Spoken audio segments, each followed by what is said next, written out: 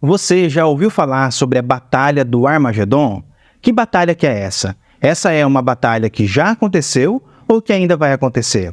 O que a Bíblia diz a respeito disso? Fica comigo até o final para você saber a resposta.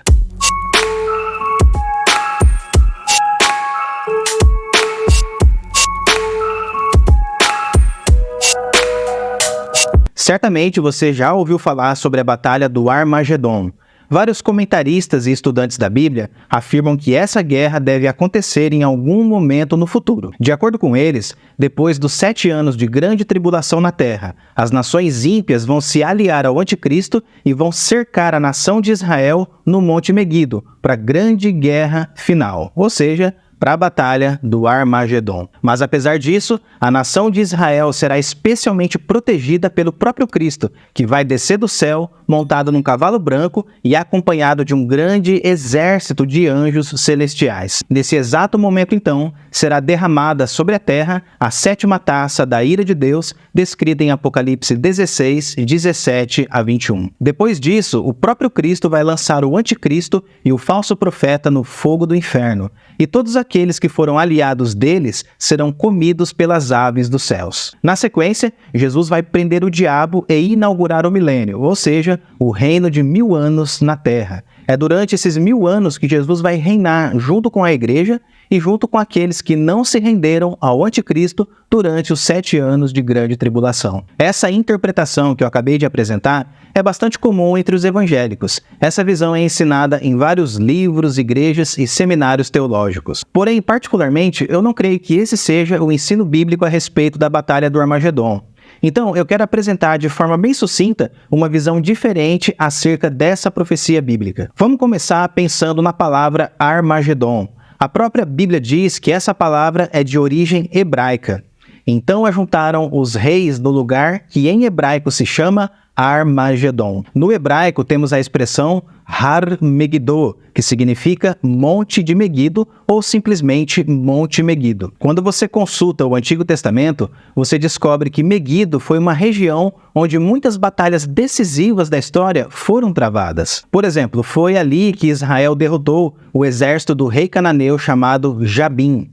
Também foi nessa região que Israel venceu Sísera, que foi o chefe do exército desse rei cananeu. Isso está relatado nos capítulos 4 e 5 do livro de Juízes. Também foi em Meguido que o rei Josias morreu durante uma batalha contra o rei do Egito, conforme o relato de 2 Crônicas 35, 22 a 24. Além dessas batalhas que eu mencionei, várias outras também aconteceram em Meguido, como por exemplo, a vitória de Gideão sobre os midianitas, a última batalha do rei Saul contra os filisteus e a morte do rei Acasias de Judá após ter sido ferido pelo exército do rei Jeú. Com isso, nós aprendemos que o Monte Meguido, o Armagedon, representa um lugar de batalha, julgamento e morte. O Armagedon também passou a representar na consciência de Israel um lugar relacionado à dor e à tristeza. Sendo assim, pessoal, quando João fala do Armagedon em Apocalipse, ele tem na sua mente todo esse imaginário de guerra extraído do Antigo Testamento. Assim como o Monte Meguido foi um lugar de batalha, julgamento,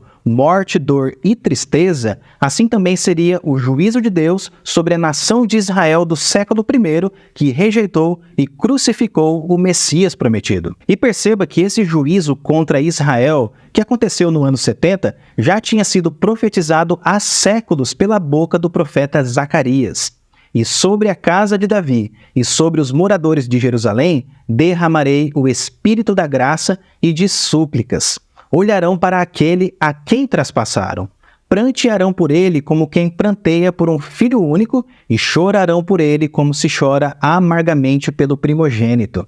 Naquele dia, o pranto em Jerusalém será tão grande como o pranto de Hadad Rimon no vale de Meguido. Então qual é o ponto aqui? O ponto é que a batalha do Armagedon se cumpriu no 1º século, na época do apóstolo João.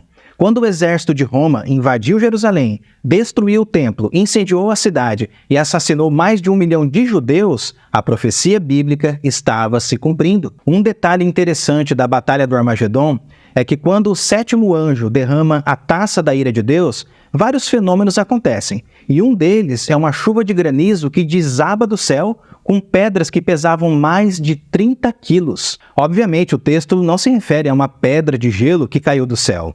Quando João fala de pedras de granizo, ele se refere às catapultas romanas, um tipo de arma de guerra que o exército romano utilizava durante as batalhas. Curiosamente, o historiador judeu Flávio Josefo, que aliás foi testemunha ocular da Batalha do Armagedon, disse que os romanos lançavam pedras que pesavam aproximadamente 40 quilos. Essas pedras tinham a cor branca. Então, quando as pedras eram arremessadas, os vigias que ficavam no alto das torres podiam vê-las de longe se aproximando. Então, eles avisavam os judeus que a pedra estava se aproximando e os judeus conseguiam escapar do impacto dessas pedras. Mas aí o que acontece? Os romanos perceberam isso e criaram uma tática para enganar os judeus.